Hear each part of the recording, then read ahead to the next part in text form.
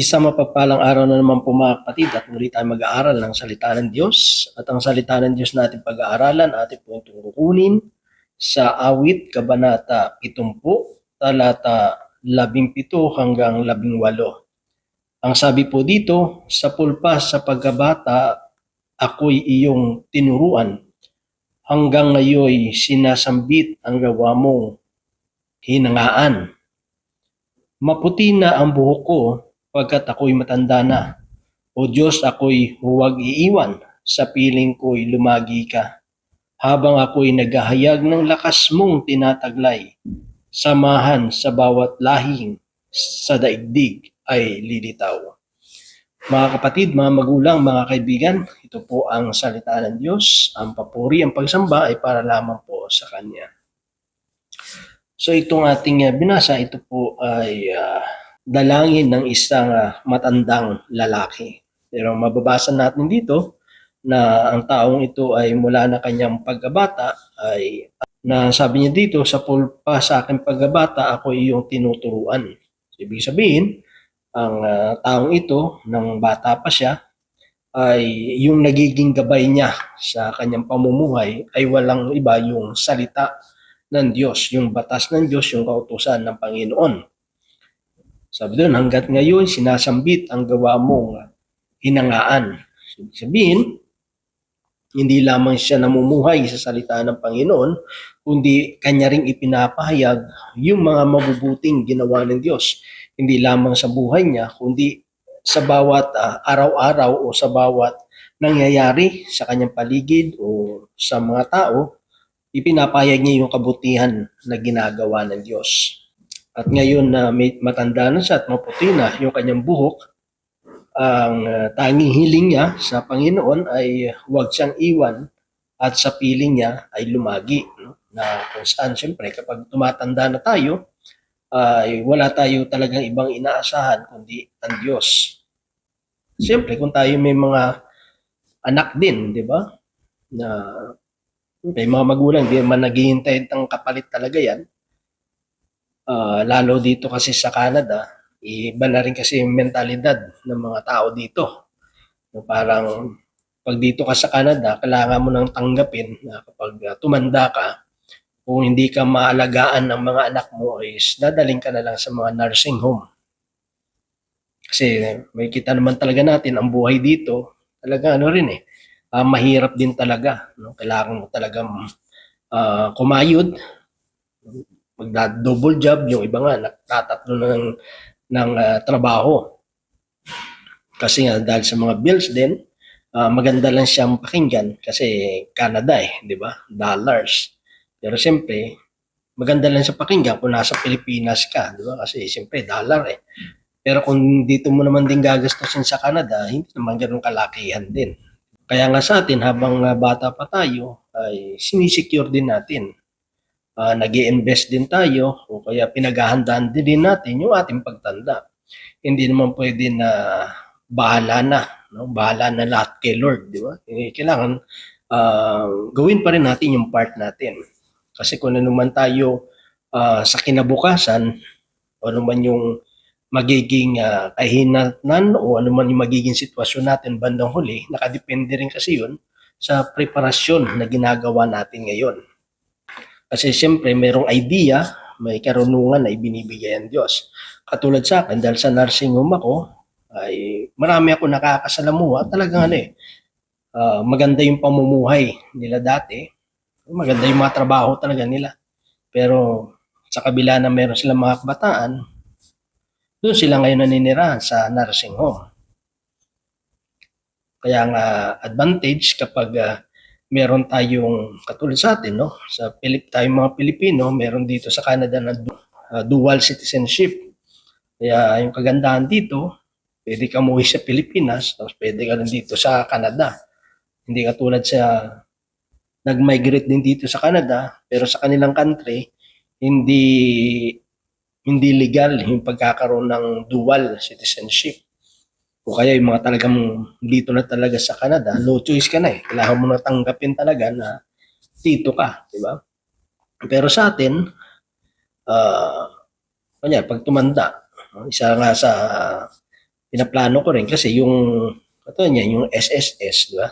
So tuloy-tuloy lang yung pagbabayad sa SSS kasi at least pagtanda natin, meron tayong pension sa Pilipinas and the same time, meron tayong pension dito sa Canada. Kasi may mga nakakausap din ako dito na nagsisi rin. Kasi gusto man nilang umuwi sa Pilipinas, wala. Pag tumanda ka na, ano na, di ba? Parang wala na rin silang uuwian. Yung mga lupa nila, naibenta nila. Kasi sa pag-akala nila na doon na talaga sila mamumuhay. Di ba? At dahil wala na talaga ring choice, di ba, na makabalik kasi wala na rin naman talagang babalikan. So sa akin, tinutuloy ko yung SSS ko. At least, yung sabi ko nga, pag taglamig dito, hindi kang umuwi sa Pilipinas. Tapos balik ka naman dito ng summer. At least kahit nandito ka sa Canada, may pumapasok sa pension mo, di ba, sa SSS. So tuloy-tuloy lang yan, di ba? O kung yung sister wife ko, kung luluubin ng Panginoon na makauwi kami, hindi magbubukas din siya ng SSS niya. So at least dalawa kami, di ba? So nakadepende naman niya kung gaano kalaki yung inaambag mo, di ba? So may iba nga na sabi ko may 15 to 20,000 sila natatanggap kasi nga malaki yung binabayad nila eh.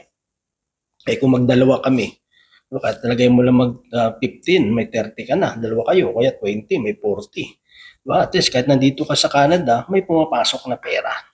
Pag-uwi mo sa Pilipinas, hindi puro labas yung pera mo. At least kahit paano, merong nakalaan kang gagastusin. Diba? Kasi nakadepende kasi sa paghahanda natin eh.